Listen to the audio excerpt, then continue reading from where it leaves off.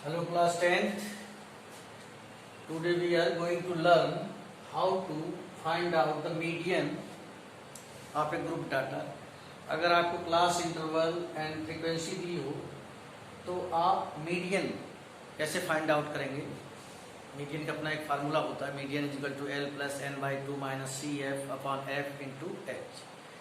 लेकिन सबसे बड़ी बात है कि ये जो टर्म्स यूज हो रहे हैं फार्मूले में, इन सब के मतलब क्या है और ये कैसे फाइंड आउट किए जाते हैं। तो ये तो आपका क्वेश्चन है, क्लास इंटरवल है and this is your frequency. Median के केस में, केवल मीडियन के केस में आपको सबसे पहले क्यूमुलेटिव फ्रीक्वेंसी निकालनी पड़ती है। तो क्यूमुलेटिव फ्रीक्वेंसी कैसे निकालेंगे आप, उसका तरीका क्या है। सबसे पहले वाली फ्रीक्वेंसी को लिख दीजिए, ओके। अब 10 प्लस 9, उसके बाद जो फ्रीक्वेंसी है 19 प्लस 25 44, 44 प्लस 3 74, 74 प्लस 16 90 प्लस 10 100। आप कैसे चेक करेंगे कि आपने क्यूमुलेटिव फ्रीक्वेंसी बिल्कुल सही निकाली है। आप इस फ्रीक्वेंसी को ऐड कर लेंगे। अगर इसका सम भी 100 आ रहा है तो इसका मतलब कि आपने फ्रीक्वेंसी, क्यूमुलेटिव फ्रीक्वेंसी बिल्कुल सही तरीके से निकाली। अब ये जो लास्ट में नंबर आता है that is sum of frequency, इसको हम n कहते हैं। So here the value of n is 100। पहले आप n बाई 2 निकालिए, n बाई 2 आ जाएगा आपका 100 अपॉन 250। n बाई 2 क्यों निकाला गया, क्योंकि n बाई 2 से ही हम पता करते हैं। n बाई 2 जैसे हमारा 50 आ गया, क्यूमुलेटिव फ्रीक्वेंसी वाले कॉलम में जाइए और देखिए 50 से जस्ट बड़ा, which number is greater than 50 in column of cumulative frequency। cumulative frequency वाली कॉलम में जाएंगे, फ्रीक्वेंसी वाले में नहीं। जस्ट 50 से बड़ा जो आपका कॉलम है दिस, ये चीज है, इसको हम कहते हैं मीडियन क्लास। ये मीडियन क्लास है, ओके। सो मीडियन क्लास में आपको क्या क्या मिलता है वो आपको बताता हूँ। मीडियन क्लास में जो फ्रीक्वेंसी दी है that is F. Median class में जो क्लास इंटरवल है उसका जो लोअर लिमिट है दैट इज एल। इनके बीच का जो डिफरेंस है, जैसे कि यहाँ पर एफ आ गया 30, एल आ गया 30, and difference between upper limit and lower limit that is H. H is 10 and most importantly C F, जो आपका क्यूमुलेटिव फ्रीक्वेंसी वाली जो मीडियन क्लास है, क्यूमुलेटिव फ्रीक्वेंसी वाले कॉलम में उसके जस्ट ऊपर जो क्यूमुलेटिव फ्रीक्वेंसी है that is the value of C F. ये आपका सी एफ। आपको ये सारी चीजें मालूम पड़ गई। अब आपको क्या करना है, आप मीडियन का फॉर्मूला लगाइए। Median is equal to L plus N by 2 minus C F upon F into H, okay. L की वैल्यू क्या है 30, एन बाई 2 आपने निकाल रखा है 50, माइनस सी एफ की वैल्यू क्या है 44 अपॉन एफ। एफ की वैल्यू क्या है 30, H and what is value of H 10। Calculation करते समय एक चीज का आप ध्यान रखना, आप इस 30 को, एल को आप ज्यादा डिस्टर्ब ना करें, इसको आप एज यूजुअल रहने दीजिए। 30 प्लस ये कैलकुलेशन कीजिए जो ब्रैकेट के अंदर दिया है। So 50 minus 44 that is equal to 6 upon 30 into 10। 10 3 जा 30 प्लस 3 2 जा plus 2 is equal to 32। So ये आपका तरीका है निकालने का। मीडियन कैसे निकालेंगे, आपको मैंने मीन के बारे में भी डायरेक्ट मेथड से एंड एज्यूम्ड मीन मेथड से, क्योंकि स्टेप डिवीजन मेथड तो डिलीट हो गया है, तो मीन एंड मोड बता रखा है।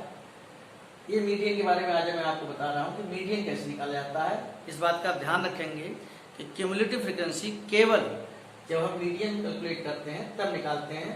और कैलकुलेशन करते समय इस बात का ध्यान रखेंगे, कभी भी एल को इस कैलकुलेशन में लास्ट में केवल ऐड करने के लिए इन्वॉल्व करेंगे। इसको आप अलग रखेंगे, कैलकुलेशन सारी कर लेंगे और फिर जो एल की वैल्यू है इसमें ऐड कर देंगे, तो आपका आंसर कुछ हद तक अप्रोक्सीमेट, अगर सपोज ये पूरी तरह टर्मिनेटिंग नहीं होता, एक तो आपकी कैलकुलेशन बहुत ज्यादा नहीं बढ़ेगी और आपका आंसर बिल्कुल जो आंसर है, अप्रोक्सीमेट जो उसका आंसर है, अगर नॉन टर्मिनेटिंग फॉर्म में है तो वहां तक आंसर आपका आ जाएगा।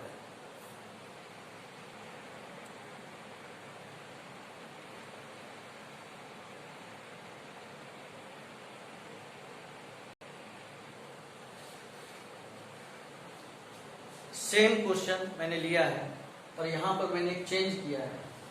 सपोज इस क्वेश्चन में दिया है कि मीडियन ऑफ द इस ग्रुप डाटा का मीडियन 32 है and you have to find the value of F1। जरूरी नहीं कि आपके एनसीईआरटी की बुक में दिया है, जैसे कि यहाँ मैंने केवल एक अननोन क्वांटिटी लिखी है F1 जिसकी वैल्यू आपको पता करनी है। ऐसे केस में जब केवल एक अननोन वैल्यू पूछा है तो आपको मीडियन देगा और सम ऑफ फ्रीक्वेंसीज नहीं देगा। Sum of frequencies means total number of frequencies का सम की वैल्यू जो है तब देगा जब दो अननोन वैल्यू होंगी, जैसे कि आपके एनसीईआरटी बुक में दिया है। यहाँ पर मैं केवल एक अननोन क्वांटिटी बता रहा हूँ आपको कि इसकी वैल्यू पता करनी है और ये दिया हुआ है कि इसका मीडियन 32 है। You have to find the value of F1। F1 की जगह X भी लिख के आ सकता है, P भी लिख के आ सकता है, उससे कोई फर्क नहीं होता है। यहीं पर अगर दो अननोन वैल्यू होती है तो आपको इसका सम दिया होता, तो उससे क्या है आपको एक इक्वेशन मिल जाती है। अभी हम लेके चल रहे हैं कि हमको केवल एक अननोन वैल्यू पता करनी है, तो अननोन वैल्यू पता करनी है, मीडियन 32 दिया है, बट हम प्रोसीजर नहीं चेंज करेंगे, प्रोसीजर विल बी सेम। तो प्रोसीजर क्या था? First of all we have to find out the cumulative frequency of the given frequency. So कैसे निकालेंगे आप? 10 प्लस F1। 10 एक कांस्टेंट है, F1 वेरिएबल है, इसलिए इसको इसके साथ ऐड नहीं कर सकते। फिर 10 plus 25 35 plus F1 35 plus 30 65 plus F1 and 65 plus 16 81 plus F1 and 91 plus F1। Median आपको दिया हुआ कि इसका मीडियन जो है 32 है। अब देखिए मीडियन से हम कैसे पता करेंगे कि मीडियन क्लास हमारी कौन सी है। मीडियन कितना दिया हुआ है? 32।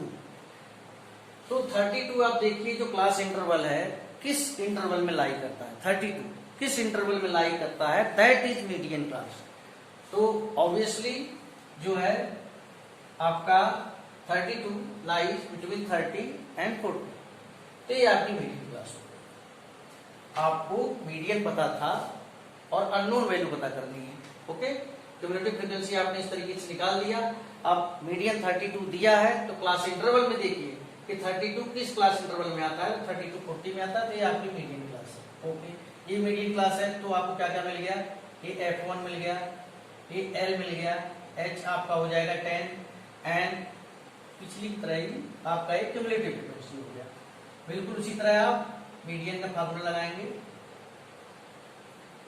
L plus n/2 minus CF upon F into H।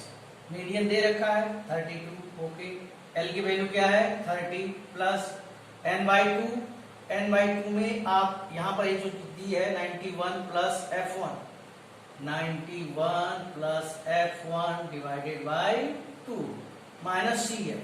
ध्यान रखेंगे CF की वैल्यू 35 प्लस F1 है।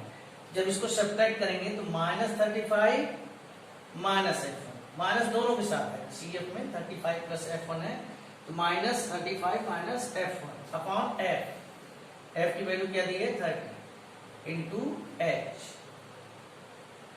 ओके, अब इस 30 को आप इधर ला सकते हैं ट्रांसपोज करके।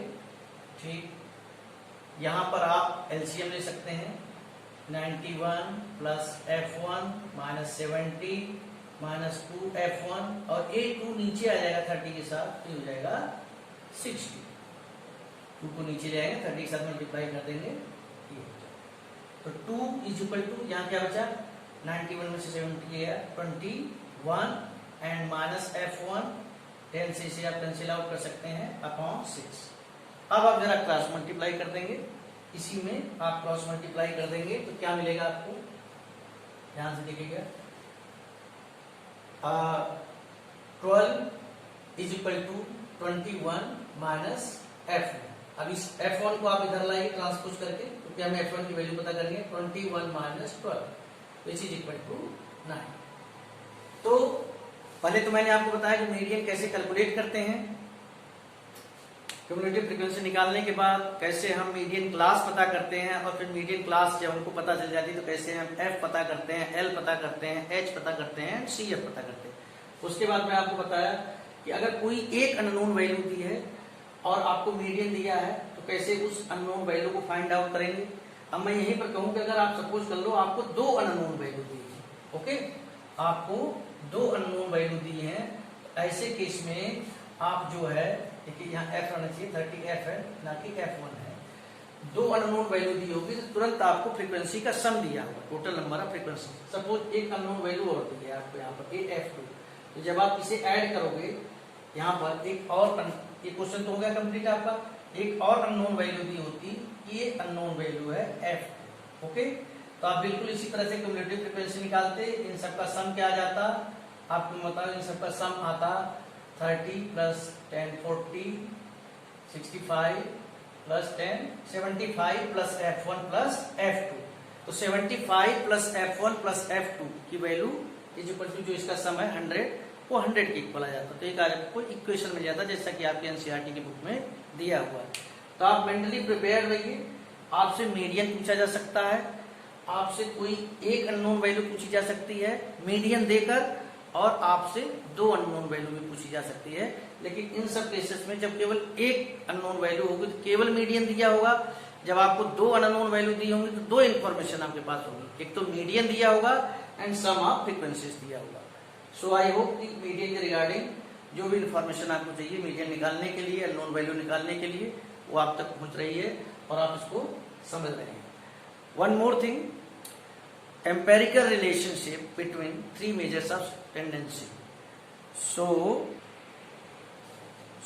I was talking about three measures of central tendency, जिसको आप मीन, मीडियन और मोड कहते हैं। तो इनके बीच एक एम्पेरिकल रिलेशनशिप होता है। वो क्या होता है, पहले तो आपको रिलेशनशिप याद आनी चाहिए। 3 median is equal to mode plus 2 mean, यानी कि किसी दिए हुए डाटा का आप मीडियन, मोड और मीन निकालते हैं तो वो जो वैल्यूज आएंगे मीन, मीडियन, मोड की, वो इस रिलेशनशिप को सेटिस्फाई करेंगे। तो इसका रोल क्या है, बोर्ड एग्जाम में इसका रोल क्या है, इसमें क्या है, आपको दो चीजें दे सकता है, कोई भी दो चीजें दे दे और तीसरी चीज पूछ ले, कोई दिक्कत वाली बात नहीं। तो केवल मीडियन निकालना है आपको, तो mode plus 2 mean divided by 3, आपके पास ये मैसेज आ रहा है। केवल मोड निकालना है तो 3 मीडियन माइनस 2 मीन, और मीन निकालना है तो 3 median minus mode divided by 2। यानी आपको बस ये रिलेशन याद आना चाहिए, 3 median is equal to mode plus 2 mean. कभी कभार एम्पेरिकल रिलेशनशिप जिसको आप मीन, मीडियन, मोड कहते हो, उन्हें आप मेजर्स ऑफ सेंट्रल टेंडेंसी कहा जाता है, मीन, मीडियन, मोड, और उनके बीच एम्पेरिकल रिलेशनशिप है। ये रिलेशनशिप भी लिखने के लिए कभी कभार आ जाता है, तो आपको याद रहना चाहिए। और दूसरे तरीके से क्या क्वेश्चन क्या आ सकता है कि आपको इनमें से कोई दो की वैल्यू दी हो और आपसे तीसरी वैल्यू पूछी जाए, तो आप दो की वैल्यू पुटअप करके आप तीसरे की वैल्यू निकाल सकते हैं।